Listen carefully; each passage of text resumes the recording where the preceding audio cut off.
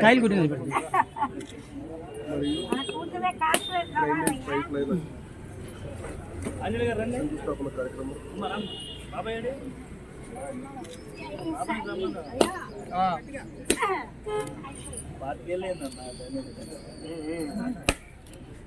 ఎక్కడ దాకమ్మా ఈఎంసీ నిధులకు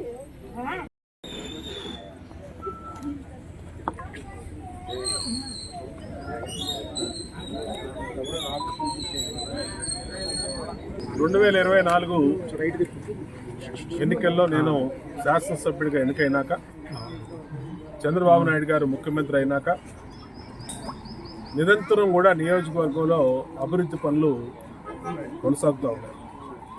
ఎక్కడెక్కడైతే పెండింగ్ ఉన్నాయో వర్క్లన్నింటిని కూడా టేకప్ చేశాం. ఇప్పటికీ 300 కోట్ల పైన ఈ 20 నెలల్లో ఈ నియోజకవర్గ అభివృద్ధికి కేటాయించాం. ఇంకా ఒక నిరంతర ప్రక్రియగా ఎక్కడెక్కడ ప్రతి రోడ్లో సమస్యల్ని తెలుసుకుంటూ ఉన్నాం.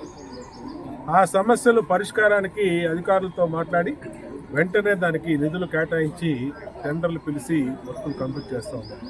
ఇక్కడ అయ్యన్నవారి వీధిలో మరి దాదాపు అనేక సంవత్సరాలుగా ఇబ్బంది పడుతున్నటువంటి డ్రైనేజీ గత ప్రభుత్వం నాసిరకం వర్కులు చేసి తూతూ మంత్రంగా ఈ డ్రైనేజ్ చేయటం వల్ల మరి ఎప్పటికప్పుడు పొంగిపోయి బ్లాక్ అయిపోయి ఈ ప్రాంత వాసులందరూ కూడా ఇబ్బంది పడుతున్నటువంటి సమయంలో మరి ఈ డివిజన్లో మా డివిజన్ అధ్యక్షుడు గోపి కానీ మా పావని అలాగే మా పార్టీ నాయకులు సామ్రాజ్యం గారి అందరూ కూడా మా దృష్టికి తీసుకొస్తే వెంటనే దాని మీద చర్యలు చేపట్టాం. ఇవాళ 40 లక్షల రూపాయలు 20 లక్షల రూపాయలతో డ్రైనేజీ పనులు 20 లక్షల రూపాయలతో మంచినీటి పైప్ లైన్ పనులు కూడా శాంక్షన్ చేసాం. సంతోషంగా ఉంది. ప్రతి రోడ్లో సమస్యలు తీర్చే విధంగా ముందుకెళ్తా ఉన్నాం. ప్రజా దర్బారు ప్రతి శుక్రవారం నిర్వహించినప్పుడు ప్రజలకు కూడా విజ్ఞప్తి చేస్తూ ఉన్నాం. ఎక్కడైనా మా దృష్టికి రాని సమస్యలు ఉంటే మీరు ఆ ప్రజా దర్బార్ని ఉపయోగించుకోండి.